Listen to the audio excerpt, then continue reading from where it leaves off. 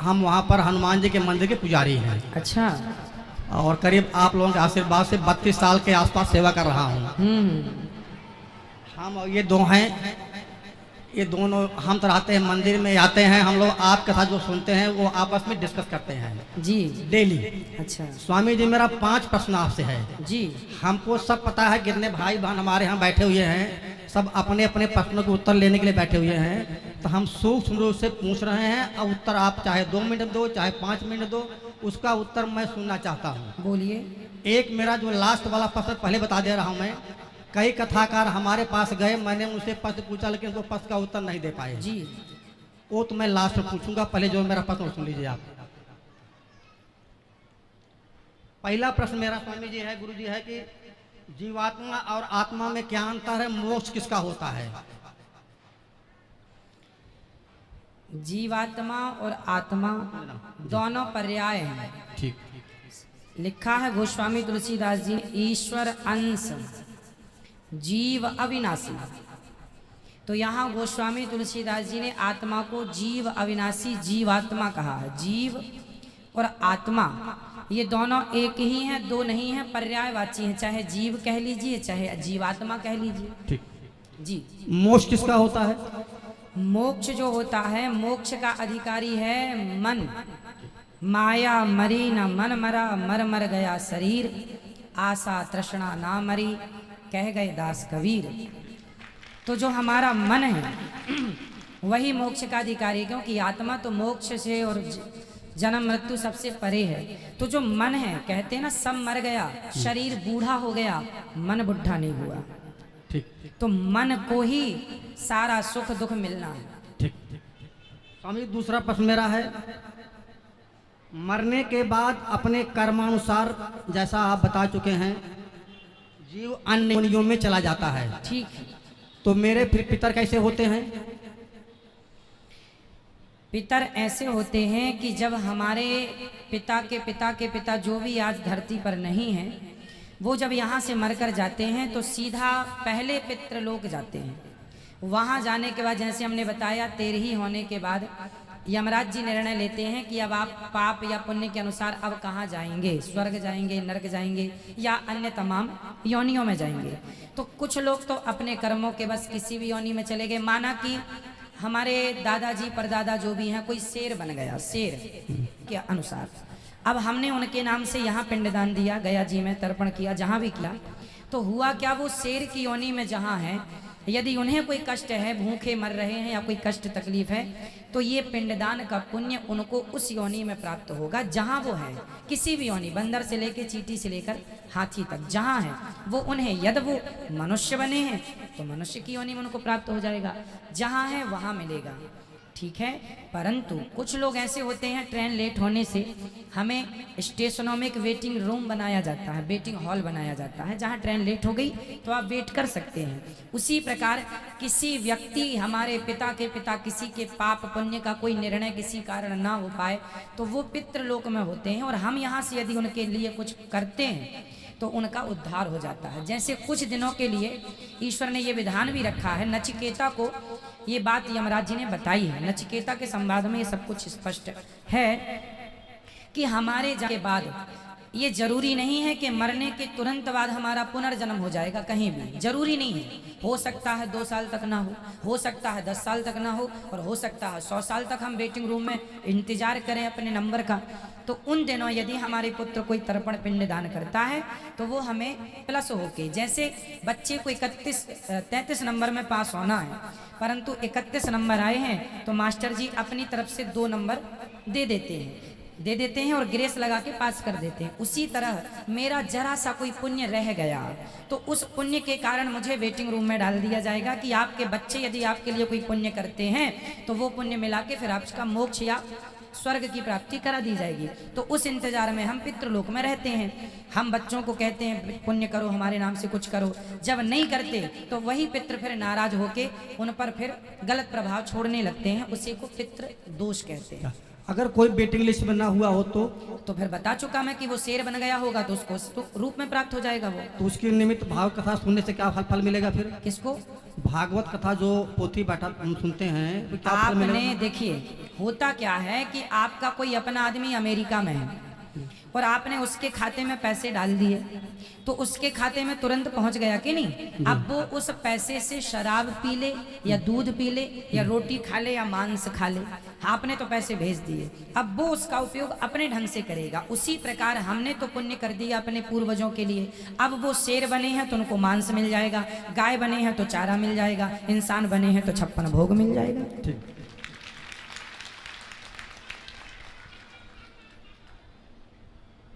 स्वामी जी, मेरा ये अंतिम प्रश्न यह है हाँ जी, कि आपने भी कई बार बता चुका है, हमने भी कई और संतों सुन चुके हैं और थोड़ा सा जानते भी हैं कि जो हम कर्म पिछले जन्म में किए हैं, ठीक है, वहाँ हम भोग रहे हैं। हाँ, अच्छा किए हैं तो बुरा किए तो भोग रहे हैं। जब मेरा कर्म पिछले जन्म का समाप्त हो जाएगा तो हमारी जीवन यात्रा से खत्म हो जाएगी, ठीक है, तो हम यहाँ कर क्या रहे हैं, ये प्रश्न मेरा है। हाँ हाँ, आपका प्रश्न बहुत उचित। ये मैं कर क्या रहा हूँ, हम मारा जा रहा हूँ तो जब मारा गया, दशरथ जी को ऐसा कर मिला तो एकदम कर मिला, तो हम यहाँ पर कर क्या रहे हैं, ये प्रश्न मेरा है।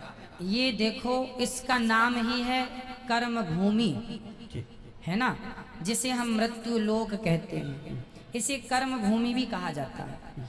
कुल मिला के हमने जो पिछले जन्म में किया, अच्छा या बुरा, वो तो हम आज पा रहे हैं। इसीलिए आज आपने देखा होगा सबकी स्थितियां अलग अलग हैं, कोई अमीर है, कोई गरीब है, कोई 2-2 रोटी को मोहताज है, कोई 56 भोग खा रहा है। तो ये क्यों हो रहा है? ये पिछले जन्म में आपने जो किया था।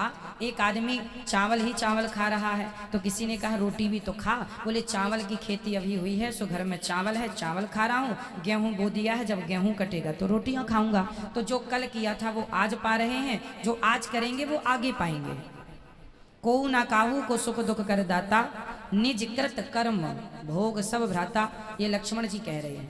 कोई व्यक्ति किसी को जरा सा सुख नहीं देता, जरा सा दुख नहीं देता, प्रत्येक व्यक्ति अपने किए कर्मों का फल भोगता है। यहाँ तक कि राम जी को भी अपने कर्मों के कारण राम बन के आना पड़ा, सीता के पीछे घूमना पड़ा, सीता सीता। नारद जी ने श्राप दिया था, उस श्राप के कारण राम जी को आना पड़ा और सीता की खोज करनी पड़ी, और हनुमान जी का भी सहारा लेना पड़ा क्योंकि श्राप था।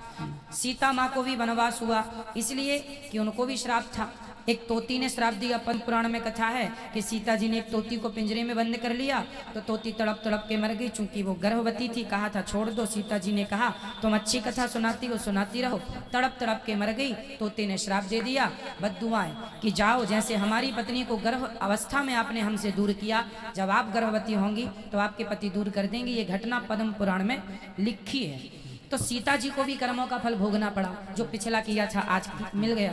तो कुछ कर्म ऐसे होते हैं जो आज के आज ही हमें मिल जाते हैं हाथों हाथ, कुछ पिछले जन्म का आज, आज का कल। अब आप कहेंगे तो ये चक्कर चलता रहेगा, हाँ तब तक चलेगा।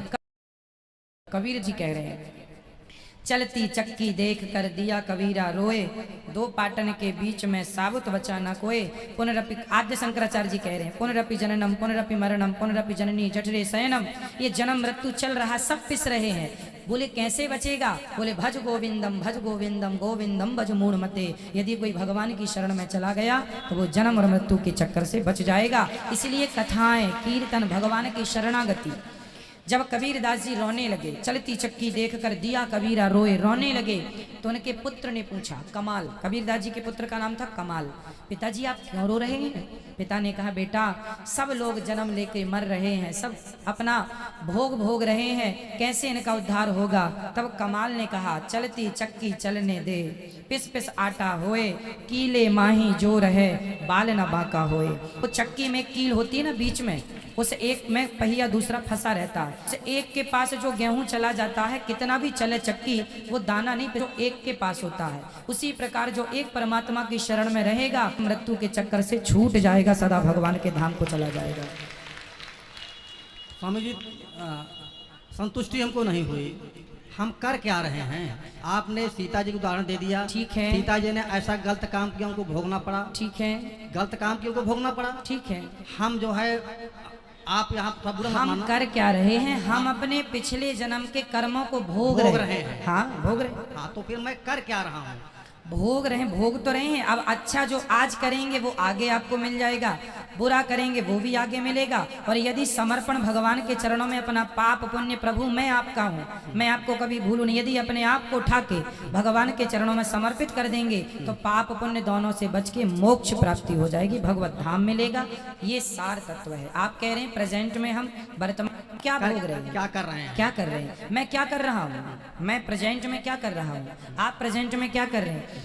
आप और हमने अपने कर्म भोग रहे हैं। आपके कर्मों में वृंदावन का दाना पानी लिखा था तो आप यहाँ आ गए अपना खाने पीने ये मेरे पिछले जन्म का संस्कार था। नहीं, हमारी आपकी पूरी हिस्ट्री, हमारी पूरी कहानी लिखी हुई है। किस तारीख को आपको कहाँ जाना है, क्या जाके क्या बोलना है, क्या करना है, ये पहले से तय है। तो आप पहले से जो तय था, अच्छा तय कहाँ से हुआ, आपके कर्मों को देखकर। पिछले जन्म जब आपका यमराज के पास, जब आप पिछली बार मरे होंगे ना, और मर के जब यमराज के पास गए होंगे तो आगे जन्म की पूरी आपकी कहानी लिख दी जा चुकी होगी कि आप अगले जन्म में अब मनुष्य बन के जाएंगे। आज फलानी तारीख को आप जाके अनिरुद्धाचार्य जी से ये सवाल करेंगे, ये उत्तर मिलेगा, इसके बाद आप यहाँ जाएंगे, यहाँ खाएंगे, ये पानी पिएंगे, सब कुछ लिखा है।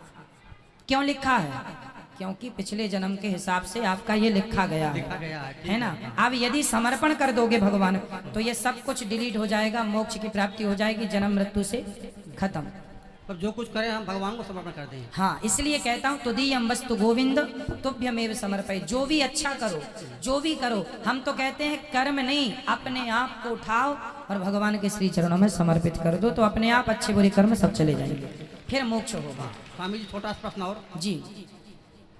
हम आपकी कथा से प्रभावित बहुत हुए हैं। हम लोग यहाँ पर पोथी पाठ बैठवाना चाहते हैं। ठीक है। दो सदस्य आए हुए हैं। अब थोड़ा सा मेरा कुछ अटपटा प्रश्न ये है कि हम जब वो बुलाते हैं पहले उनकी चेकिंग करते हैं। ठीक है। ये मंत्र को उच्चारण कर सुनाओ हमको। हाँ। ब्राह्मण को, कुछ को, मैं किसी की निंदा नहीं कर रहा हूँ, कुछ लोग अशुद्ध मंत्र बोलते हैं। ठीक है। तो ऐसे हम आपकी फेस पर पोथी पाठ बैठाने के लिए आया हुआ हूँ। ठीक है। हम बैठा रहे हैं आपके फेस पर। ठीक है। अब आपके जो ब्राह्मण हैं वो कैसे करते हैं ना जी, यहाँ सुनिए, मैं हमें आपकी बात रोक रहा हूँ। हाँ। यहाँ पर क्षमा कीजिएगा, यहाँ पर जितने ब्राह्मण पोथी पाठ करते हैं पहले उन ब्राह्मणों का, यहाँ विद्वान ब्राह्मणों के द्वारा पूरा टेस्ट होता है। हाँ, पूरा।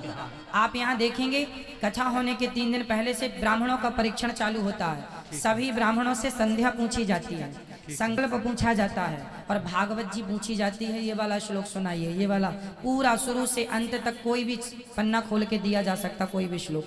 पर ब्राह्मण जितने यहाँ बैठे हैं, आप भी आ जाइएगा, और यहाँ 200-300 जो भी ब्राह्मण बैठे हैं, आप किसी को भी खड़ा कर लीजिएगा। वो बिल्कुल धारा प्रवाह पाठ करने वाले हैं तो ही यहाँ बैठते हैं। यहाँ 1000 ब्राह्मण आते हैं नाम लिखाने, उन 1000 में केवल 200-250 ब्राह्मणों का नाम लिखा जाता है, क्योंकि बाकी लोग उस योग्य नहीं होते। जो योग्य हैं, जो पढ़ सकते हैं, जो कर सकते हैं, आप लोग विश्वास करते हैं इस फेस पर, तो ये हमारी परम जिम्मेदारी है कि हम आप लोगों का विशेष ध्यान रखें और आपकी भावनाओं को ठेस ना लगे, इसका पूरा ख्याल रखते हैं। एक छोटा सा प्रश्न आपके पक्ष में है जी। ये पक्ष है कि देखो, हर व्यक्ति एक समान नहीं होता है, हर समाज एक समान नहीं होता है जी। हम इसलिए कर रहे हैं, आपने कई बार कहा जब कोई हमारी गलती हो तो आप लोग बता दिया करो जी। तो ये गलती हम लोग डिस्कस किए हैं, जो आपकी थोड़ी सी क्या है, जो मेरे मन भावना है जी। आप फिल्मी वालों की बड़ी शिकायत करते हैं। ठीक है। फिल्मी वालों में भी कुछ ऐसे होंगे जो तमाम दान धर्म करते होंगे, कुछ ऐसे भी होंगे जो कि जो है पुण्य कार्य करते होंगे, लेकिन किसी एक व्यक्ति का नाम, पूरे समाज का आप नाम लेते हैं, ये कैसा है, हमको उत्तर मत दो, वो समझना अपने आत्मा से आप। ठीक है। दूसरा प्रश्न मेरा ये है जी। देखो, हमारे माला जी हैं, शराब पी रहे हैं या निकृष्ट कर्म कर रहे हैं, अगर वो बीमार होते तो मैं उनका इलाज कराऊंगा, लेकिन कई बार ये कह चुके हो कि ऐसे जो हैं उनको डंपर में भरो, हरिद्वार में डाल दीजिए। ये आप उनको उत्तर मत दीजिए, लेकिन ये मेरा प्रश्न जायज है या नाजायज है, ये मेरी दो आपसे आपकी। नहीं, आप ठीक कह रहे हैं। होता ये है कि हम कुछ कड़वे शब्द इसलिए प्रयोग करते हैं क्योंकि कड़वी दवाई शायद बदल दे समाज को, इसलिए जानकर, हमें पता है कि ये उपयोगी शब्द नहीं है, फिर भी करते हैं इसलिए कि शायद बदलाव हो, शायद हथौड़ा जोर से इसलिए मारा जाता है कि पत्थर टूट जाए। उसी प्रकार की थोड़ी तो शर्म लगे लोगों को कि ना पिए भाई, थोड़ा तो लगे कि हाँ हमें बदलना चाहिए, हमें सुधरना चाहिए। इसलिए ना चाह करके भी हम कड़वे शब्दों का प्रयोग करते हैं, पर आपने याद दिलाया उसके लिए धन्यवाद आपका। मैं पूरी कोशिश करूंगा सुधारने की। मन भावना आई मेरे। बिल्कुल बिल्कुल, खुश रहिए खुश रहिए। अच्छा लगा आपसे बात करके, धन्यवाद आपका। महाराज जी श्रीमन